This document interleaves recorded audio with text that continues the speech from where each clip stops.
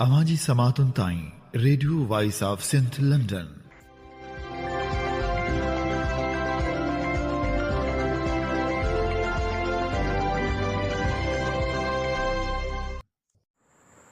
Radio voice of Sindh London तां अवांजी खिदमत में प्रोग्राम पेश कजे थो ख़बरुनि जी दुनिया। 17 मई 2025 छंछर जे ॾींहुं प्रोग्राम ख़बरुनि जी दुनिया साण करे आऊं अवांजी खिदमत में हाज़िर आवांजो पंहिंजो मेज़बान हबीब लगारी। सभ खां पहिरियां पेश करियूं था ख़ासि ख़बरूं। कारपोरेट फार्मिंग ऐं सिंधु दरिया ते वालार ख़िलाफ़ मुख़्तलिफ़ शहरनि में एहतिजाजी मुज़ाहिरा। सिंधी हारी कमेटीअ जो इजलास मौजूदा सूरतहाल ते वीचारियो वियो। नामियारो सूफ़ी फ़नकार सदरुद्दीन शाह लाॾाणो करे वियो। रसूल बख्श पलीजे जी भेण अवामी तहरीक जी मरकज़ी नायब सदर ऐं सिंध जे हक़नि लाइ जाखोड़ींदड़ हुरूनिसा पलीजो बि विछड़ी वई। हाणे पेश करियूं था तफ़सीली ख़बरूं। सिंधु दरिया ते कैनालनि जी अॾावत ऐं कारपोरेट फार्मिंग जे नाले ते सिंध जूं ज़मीनूं नीलाम करण ख़िलाफ़ एहतिजाजी तहरीक जो सिलसिलो जारी आहे। जिते मुख़्तलिफ़ शहरनि में एहतिजाजी मुज़ाहिरा कया पिया वञनि, उते सेमिनार कोठाइण जो सिलसिलो पिणु जारी आहे। सिंध यूनाइटेड थिंकर्स फोरम पारां सिंधु दरिया बचाइण जी तहरीक जे सिलसिले में सेमिनार मुनक़िद कयो वियो। सेमिनार में मुख़्तलिफ़ अॻुवाणनि वॾे अंग में शिरकत कई, जॾहिं त नसीर मेमण, सैद ज़ैन शाह ऐं ॿियनि ख़िताब कयो। ख़िताब कंदे अॻुवाणनि सिंधु दरिया ते थींदड़ हमलनि बाबति रोशनी विधी, जॾहिं त अॻुवाणनि जो चवणु हो त सिंधु दरिया मथां कैनाल कंहिं बि सूरत में क़बूल न कया वेंदा। अॻु में डैम ठाहे सिंधु खे सोढ़ो कयो वियो आहे। पंजाब पाणी वारे मामले ते सिंध सां नाइंसाफ़ियूं करे रहियो आहे। हाणे नाइंसाफ़ियूं बर्दाश्त न कबियूं। कारपोरेट फार्मिंग जी आड़ में सिंध जे ज़मीननि ते वालार ख़िलाफ़ सिंध तरक़ी पसंद पार्टी तलके शदाद कोट पारां ज़िले सदर कामरेड हयात तुनियो जी अॻुवाणी में सब्ज़ी मंडी खां एहतिजाजी रैली कढी वई। एहतिजाजी रैली कढी कोटू मोटू चौक ते एहतिजाजी धरणो हंयो वियो। उन मौक़े ते STP अॻुवाण कामरेड हयात तुनियो, शबीर मगसी, रशीद मगसी, इमदाद सुमरो ऐं ॿियनि चयो त हुकुमरान सिंध जे क़ौमी सुञाणप ऐं वहदत ते वार करे सिंध ते दाइमी कब्ज़ो करण जी साज़िश में रुधल आहिनि। हुन चयो त पीपल्स पार्टी पंहिंजे जोहर में इक़्तिदार परस्त, मौक़े परस्त ऐं सिंध दुश्मन पार्टी आहे, जेका इक़्तिदार ख़ातिर सिंध जे वजूद ते वार करे रही आहे। हुननि चयो त कारपोरेट फार्मिंग जे नाले में सिंधियनि जे पेरनि हेठां ज़मीन खिसकाई पई वञे, जंहिंखे कंहिं बि सूरत में क़बूल न कयो वेंदो। हुननि चयो त फ़लस्तीन नाहे, ही सिंध आहे। सिंध 6 करोड़ ज़िंदा इंसाननि जो मादरे वतन आहे। असीं पंहिंजे मादरे वतन जे तहफ़ुज़ लाइ कंहिं बि क़ुर्बानी खां न कीबाईंदासीं। सिंधियन नेशनल कांग्रेस मर्कज़ पारां सुभाणे यानी 18 मई ते मंझंदि 3 वॻे कारपोरेट फार्मिंग ख़िलाफ़, सिंधु दरिया ते धाड़े ख़िलाफ़, जबरी गुमशुदगियुनि ख़िलाफ़ ऐं माहौलियाती तबाही ख़िलाफ़ हैदराबाद में स्टेट बैंक बिल्डिंग खां प्रेस क्लब हैदराबाद ताईं सिंध मार्च कयो वेंदो, जंहिंमें सिंध जे बाशऊर माण्हुनि खे शिरकत जी अपील कई वई आहे। नामियारे लेखक ऐं तजज़िया निगार नसीर मेमण लिखियो, यूनिवर्सिटी शागिर्दनि जे करे ऐं उन्हनि लाइ आहे। उन्हनि जा कैंपस, इमारतूं, ऑफिसर, उस्ताद सभु कुझु शागिर्दनि जे करे ऐं उन्हनि जे लाइ आहे। तंहिं करे शागिर्दनि खे सुठी तालीम ऐं सुठियूं सहूलियतूं ॾियणु उसूली ऐं इख़लाक़ी तौरु लाज़िम आहे। बदक़िस्मती सां यूनिवर्सिटियुनि में ॿियनि सभिनी मसइलनि, सहूलियतुनि ऐं हक़नि जी ॻाल्हि थिए थी, पर सभिनी खां वधीक शागिर्दनि जे हक़नि जी ॻाल्हि नथी थिए ऐं शागिर्द भोॻनि था। इदारनि जे सरबराहनि जी ज़िमेवारी आहे त शागिर्दनि लाइ सुठी तालीम ऐं सुठो माहौल फ़राहम कनि। उन पैमाने ते यूनिवर्सिटी जे इदारे तौरु ऐं उन सां लाॻापियल सरबराहनि, उस्तादनि ऐं ऑफिसरनि जी अहलियत जी कथ थियणु घुरिजे। उहा ताराज़ी खणी सभिनी यूनिवर्सिटियुनि खे तौरे ॾिसो। Sindh high court circuit bench Hyderabad जसकम सरबराह बशीर खान कुरैशीअ जे क़त्ल केस जी ॿुधणी बाबति क़ानूनी दायरे इख़्तियार तय करण लाइ फ़ैसिलो ईंदड़ जुमे ताईं महफ़ूज़ करे छॾियो आहे। जस्टिस सैयद फ़याज़ुल हसन शाह ते ॿधल सिंगल बेंच शहीद बशीर खान कुरैशी जे क़त्ल केस समेत साॻी नोए जे लॻभॻि 200 दरख़्वास्तुनि ते मुख़्तलिफ़ वकीलनि जा दलील ॿुधा। अदालत दलील ॿुधण बैदि ईंदड़ जुमे ते फ़ैसिलो महफ़ूज़ करे छॾियो। अदालत ॿाहिरां मीडिया सां ॻाल्हाईंदे सनान खान कुरैशी चयो त बशीर खान कुरैशी जो केस सिंधी माण्हुनि जी अदालत में आहे। मां जो ई आहियां सो ई आहियां। माण्हू तनक़ीद कंदे कंहिंखां नथा मुड़नि। असांखे बि उहा तनक़ीद अखियुनि ते आहे।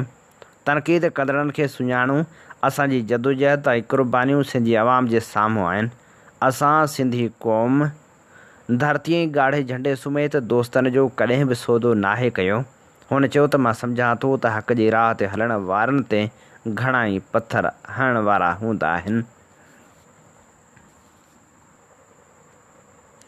जीअं सिंध फ्रीडम मूवमेंट जसफम पारां सिंधी क़ौमी कारकुननि ते जेल अंदरि थींदड़ ज़ुल्म, ग़ैर क़ानूनी हिरासत ऐं जबरी तौरु खंभे गुम कयल क़ौमी कारकुन जी बाज़ियाबी लाइ एहतिजाजी धरणो हंयो वियो।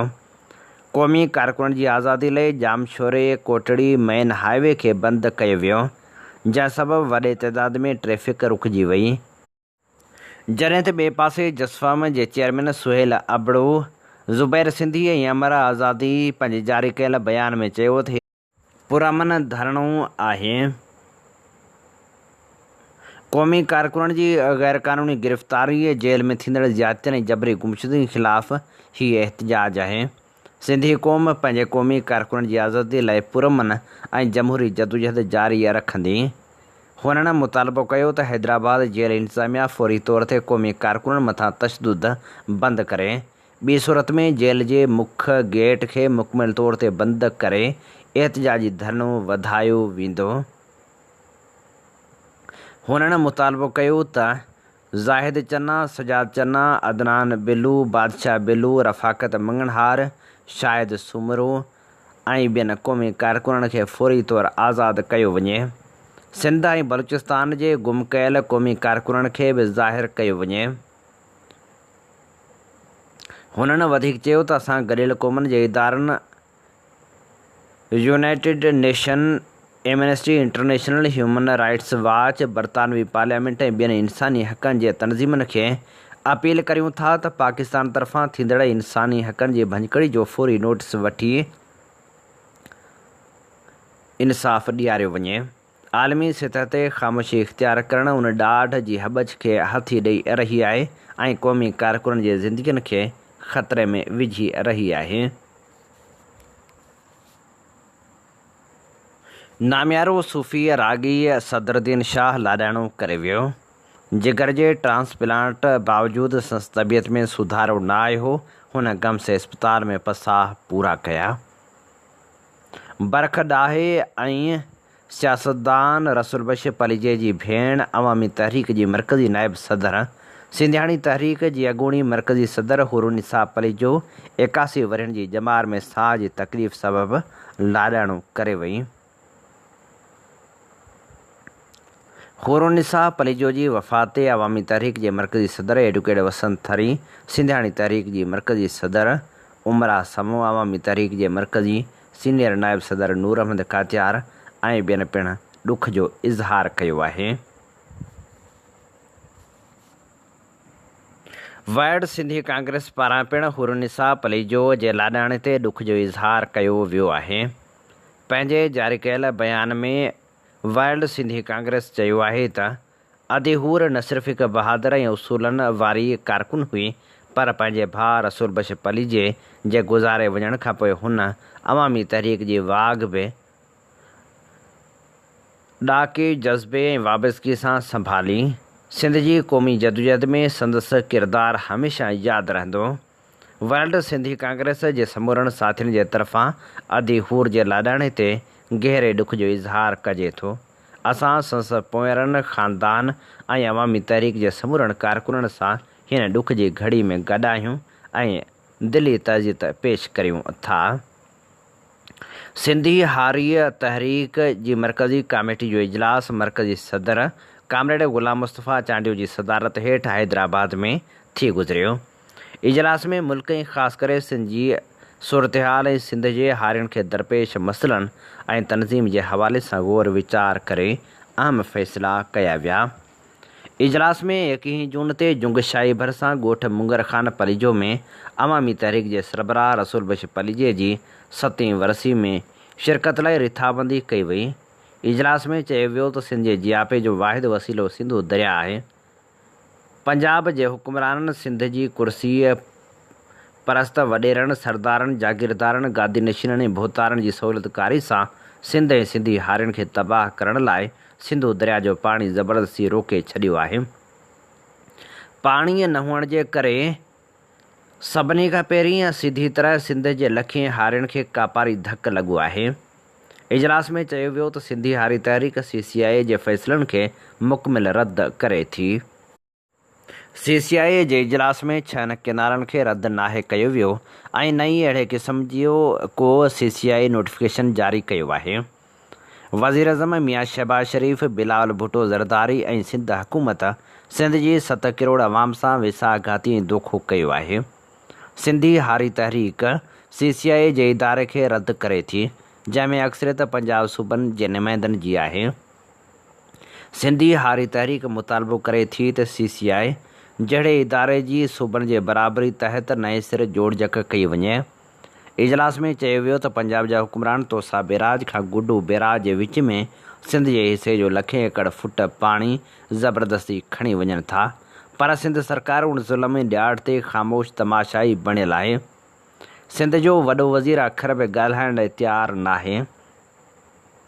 सिंधी हारी तहरीक मुतालबो थी करे त सिंध खे पंहिंजे हिसे जो पाणी गुड्डू बैराज वटि पूरो करे ॾिनो वञे। हारी तहरीक जे इजलास में चयो वियो त मुल्क जे हुक्मराननि हारियुनि जो ख़ात्मो करे कारपोरेट फार्मिंग करण जो फ़ैसिलो कयो आहे। सिंधु दरिया ते 6 नवां केनाल कारपोरेट फार्मिंग जो हिसो आहिनि। सिंधी हारी तहरीक मुल्क ऐं हारी दुश्मन इन्वेस्टमेंट बोर्ड एक्ट 2023 खे मुकमिल रद्द करे थी। कारण कानूननि वसीले लखे एकड़ ज़मीन हारियुनि खां फ़ुर्क़ करे कारपोरेट फार्मिंग कंदड़ आलमी साम्राजी कंपनियुनि खे ॾियण वारो फ़ैसिलो सिंध ऐं मुल्क जे लखे हारी कंहिं बि सूरत में क़बूल न कंदा। इजलास में फ़ैसिलो कयो वियो त कारपोरेट फार्मिंग ऐं सिंधु दरिया ते धाड़नि ख़िलाफ़ सॼी सिंध में हारियुनि सां कचहरियूं मुनक़िद कयूं वेंदियूं, कॉन्फ्रेंसूं कोठायूं वेंदियूं ऐं एहतिजाजी मुज़ाहिरा कया वेंदा। ओडेरे लाल में सहाफ़ियुनि ते कूड़ा केस दाख़िल करण ऐं मुतमार धमकियुनि ख़िलाफ़ सहाफ़ियुनि ऐं सियासी समाजी धुरियुनि पारां एहतिजाजी मुज़ाहिरो कयो वियो, जंहिंजी अॻुवाणी ख़लील रहमान लुंड, दोदो ख़ान लुंड, रियाज़ हुसैन, रमज़ान मंगणहार, मोहम्मद अकरम ऐं ॿिया करे रहिया हुआ।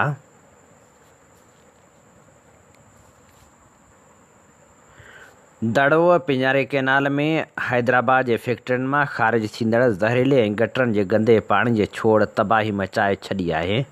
मच्छी ऐं आबी जीवत मरण लॻी आहे। वाटर सप्लाई जे तलावनि में बदबूदार पाणी सबबि हज़ारे इंसानी जानियूं ग़ैर महफ़ूज़ बणिजी वियूं आहिनि। दड़े शहर जे विच मां गुज़रंदड़ पिंजारी केनाल में हैदराबाद जे सनअतनि इदारनि ऐं कारखाननि जो ज़हरीलो पाणी शामिलु थी वञे थो, जंहिंजे करे पाणी बदबूदार ऐं ज़हरीलो बणिजी वञे थो, जंहिंजे करे इलाइक़े वासियुनि जूं ज़िंदगियूं ख़तरे हेठि आहिनि।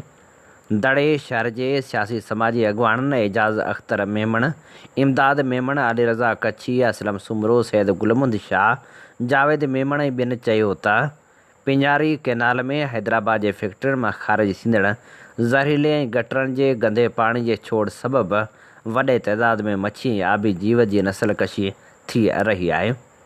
वाटर सप्लाई जे तलावनि में गंदो पाणी अचण सबबि मुख़्तलिफ़ बीमारियूं फैलिजण जो ख़दशो आहे।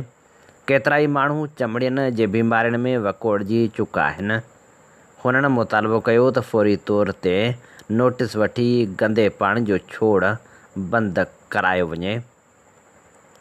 सिंध जी सक़ाफ़त ऐं फ़न सां वाॻियल उमेदवारनि पारां इंसाफ़ जी तक़ाज़ा लाइ नवाबशाह प्रेस क्लब आॾो बुख हड़ताली कैंप क़ाइमु कई वई आहे। कैंप जी अॻुवाणी बादशाह बुज़दार, कामरान चांडियो, मुनवर जसकाणी, शाहिद फ़क़ीर ऐं महबूब मुर्क करे रहिया हुआ। हुननि जो चवणु हो त 2 सालनि खां सरकारी नौकिरी लाइ तकलीफ़ूं बर्दाश्त करे रहिया आहियूं, पर अञा ताईं जॉइनिंग ऑर्डर जारी नथो कयो वञे। म्यूज़िक टीचरनि अनोखे अंदाज़ में एहतिजाज कंदे साज़ो संगीत ज़रिए पंहिंजो आवाज़ु बुलंद कयो।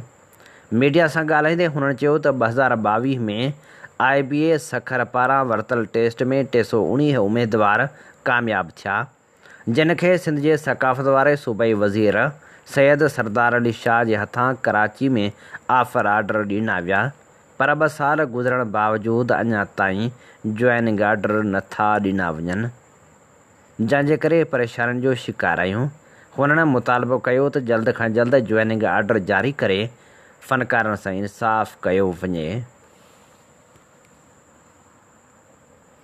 ही असीं अव्हांजी ख़िदमत में पेश करे रहिया हुआसीं ख़बरूं, ऐं हाणे प्रोग्राम में पेश करियूं था तजज़िया ऐं तबसरा।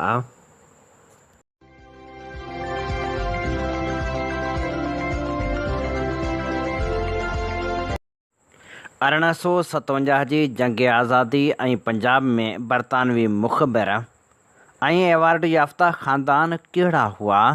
अंग्रेज़नि खां कंहिं फ़ाइदा वरिता ऐं पंहिंजे वतन सां कंहिं गदारी कई? इन हवाले सां असीं अव्हांजी ख़िदमत में पेश करियूं था अहम लेख।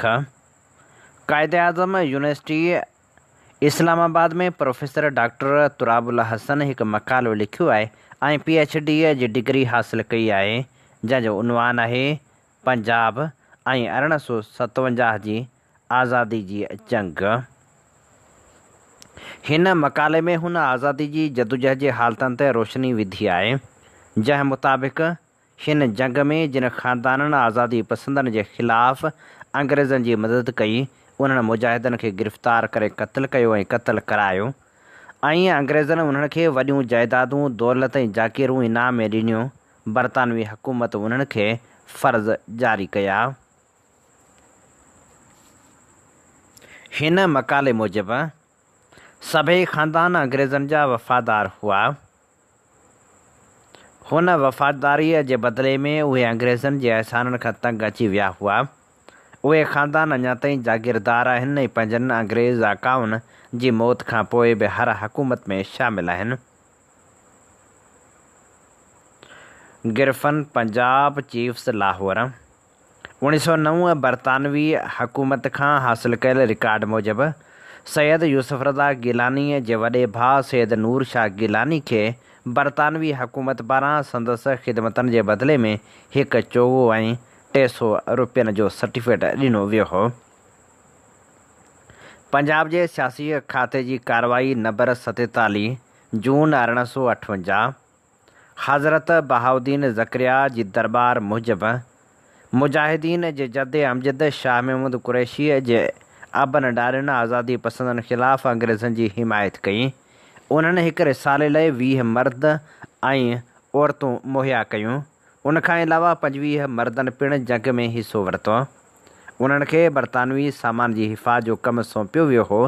उन्हनि जे ख़िदमतनि जे बदिले में उन्हनि खे 3000 रुपया तोहफ़ो ॾिनो वियो। दरबार आलिया खे 1750 रुपयनि जी क़ीमती जागीर ऐं हिकु बाग़ ॾिनो वियो, जंहिंजी उन वक़्तु सालियानी आमदनी 150 रुपया हुई।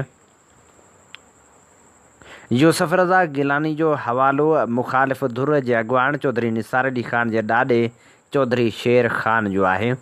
संसद इतलाह ते केतिरा ई मुजाहिद गिरफ़्तार कया विया ऐं मारिजी विया। इनाम तौरु चौधरी शेर ख़ान खे मौसूल गॾु करण जो इख़्तियार ॾिनो वियो ऐं जॾहिं सभिनी माण्हुनि खां हथियार वापसि वरिता विया त खेसि 15 बंदूकूं रखण जी इजाज़त ॾिनी वई ऐं 500 रुपया पघार ॾिनी वई। गुजरांवाला गुजरात 1935 ऐं 36 हुकूमत पंजाब हामिद नासिर मुताबिक़ चठा जे बुज़ुर्गनि मां हिकु ख़ुदाबख़्श चठा आज़ादी जी जंग में अंग्रेज़नि जी हिमायत कई। उन वक़्तु हू जनरल निकलसन जी फ़ौज में हो।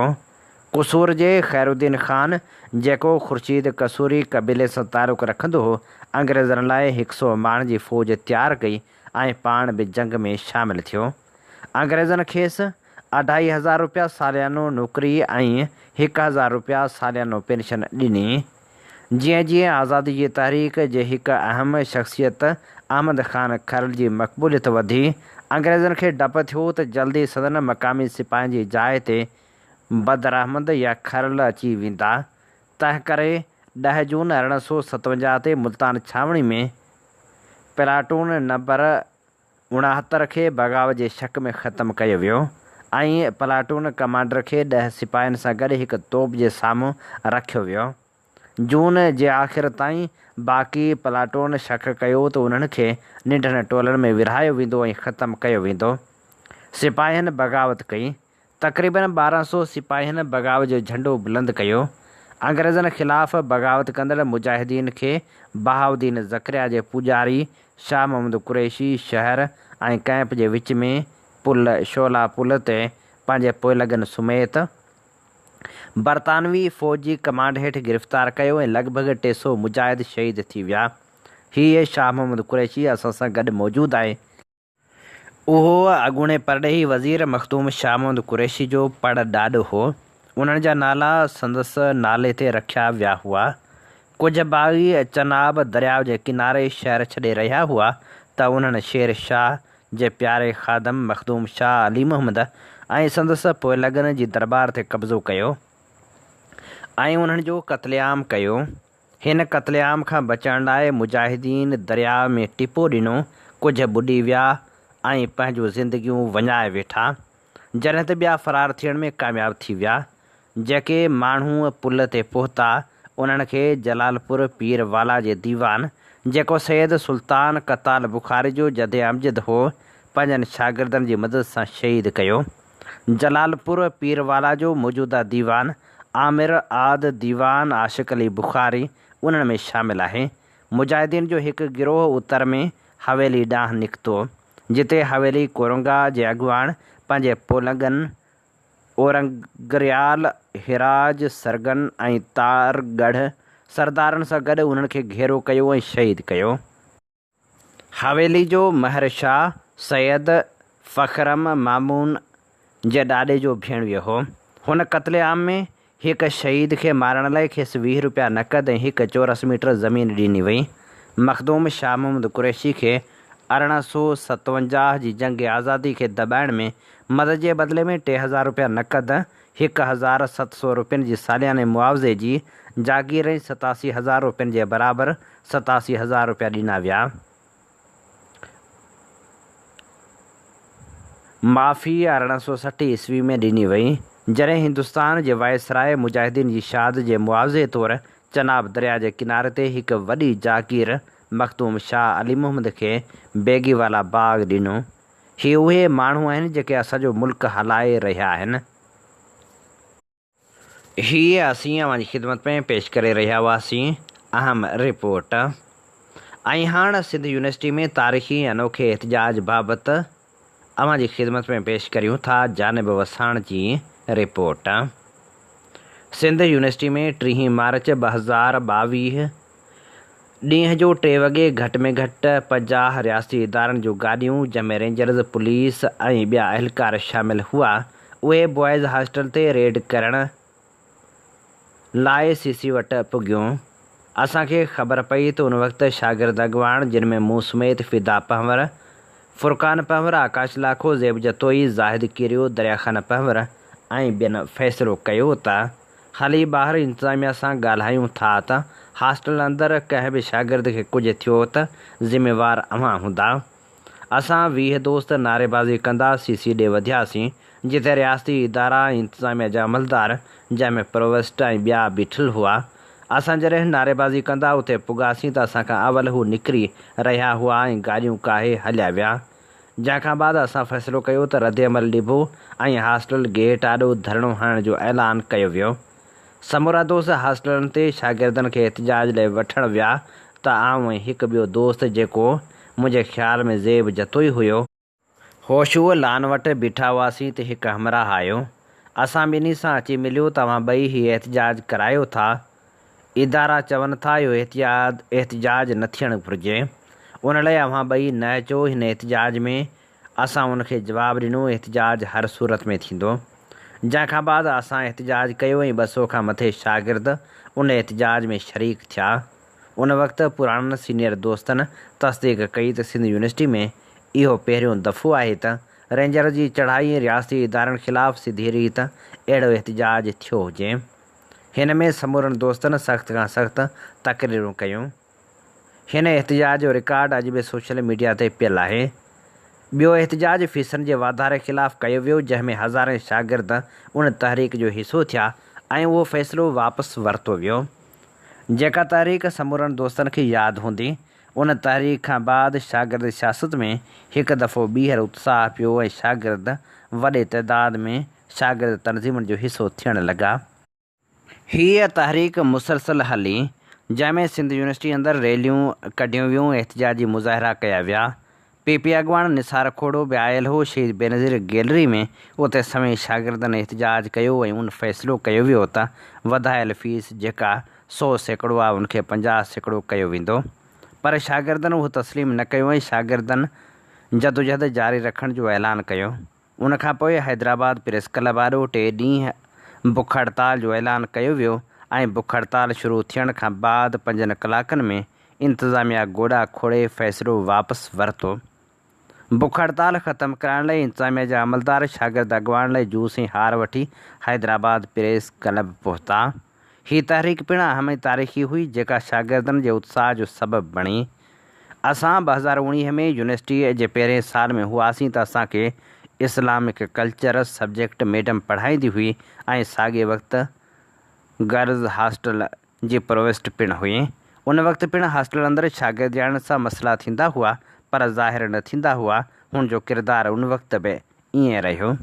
उन हॉस्टल प्रोवेस्ट ख़िलाफ़ु असां वारे टाइम शागिर्द ॼाण सां मसइला थींदा हुआ ऐं एहतिजाज पिणु थिया, पर अहिड़ो रद्द अमल पहिरियां कॾहिं बि नाहे आयो जो एतिरे तइदाद में शागिर्द ॼाणियूं मारवी हॉस्टल प्रोवेस्ट ख़िलाफ़ु निकिरी अचनि, जंहिंजी तस्दीक साफ़ी सीनियर दोस्त बि कनि था। कुझु ॾींहंनि खां सोशल मीडिया ते तस्वीरूं वायरल थियूं, जंहिंमें ॾिठो वियो त मारवी हॉस्टल में शागिर्द ॼाणनि खे बुनियादी सहूलियतुनि जी खोट आहे। जंहिंखां पोइ हॉस्टल प्रोवेस्ट मामूल मूजिबि जीअं हमेशह कंदी रही आहे, शागिर्द ॼाणनि खे हिरासां कयो ऐं उन्हनि खे चयो त हॉस्टल जूं ॻाल्हियूं ॿाहिरि छो थियूं वञनि। हुनखे कहिड़ी ख़बर जो नतीजो एॾो ख़तरनाक निकिरंदो ऐं हुनखे पंहिंजी कुर्सी बि वञाइणी पवंदी। शागिर्द ॼाणनि शागिर्द तनज़ीमुनि सां गॾिजी भरपूर रद्द अमल ॾिनो। राति वारो एहतिजाज पिणु तारीख़ जो हिसो बणिजी वियो ऐं राति वारे एहतिजाज पिणु समूरी सिंध में अजीब सूरतहाल पैदा करे छॾी। वालदेन परेशान थी पिया त हॉस्टल अंदरि उनजी नियाणी सां छा थींदो रहियो आहे। समूरी सिंध मां वकीलनि, साफ़िन, सियासी समाजी अॻवाननि राब्ता करे शागिर्द ॼाणनि जी सियासी, इख़लाक़ी, क़ानूनी मदद जो यकीन ॾियारियो ऐं समूरी सिंध सोशल मीडिया ते ट्रेंड हलायो। समूरी सिंध जो रद्द अमल ॾियणु ठहियो बि थिए जो अहिड़ी रीति पहिरियों भेरो शागिर्द ॼाणियूं एहतिजाज लाइ निकितियूं हुयूं। उनजो नतीजो 8 सालनि खां प्रोवेस्ट रहंदड़ जी कुर्सी छॾण जी सूरत में निकितो, जंहिं कॾहिं बि न सोचियो हूंदो त अहिड़ो कुझु थी सघे थो। हिन एहतिजाज में असांजे भेनरनि जेके शागिर्द तनज़ीमुनि जो हिसो आहिनि, उन्हनि जो बि वॾो किरदारु रहियो आहे ऐं उन्हनि जो हीउ किरदारु सिंध जी शागिर्द सियासत में हमेशह लाइ उत्साह जो सबबु बणिजंदो। सिंध यूनिवर्सिटीअ जी जदोजहद में जामशोर जे साफ़िन खे विसारणु न घुरिजे, जेके हर वक़्तु माइक कैमरा साण करे शागिर्दनि सां कुल्हो कुल्हे में मिलाए बीहनि था। हर जदोजहद में शागिर्दनि जो आवाज़ बि बणिजनि था। हीअ असीं अव्हांजी ख़िदमत में पेश करे रहिया हुआसीं सिंध शागिर्द सभा जे अॻवान जानब वसाण जो लिखियलु लेख। इन ते ई प्रोग्राम ख़बरुनि जी दुनिया जो वक़्तु पुॼाणी ते पहुचे थो। पंहिंजे मेज़बान हबीब लगारी खे ॾींदा इजाज़त। जॾहिं पेर तेॾहिं ख़ैर। अवां जी समातुनि ताईं radio voice of Sindh London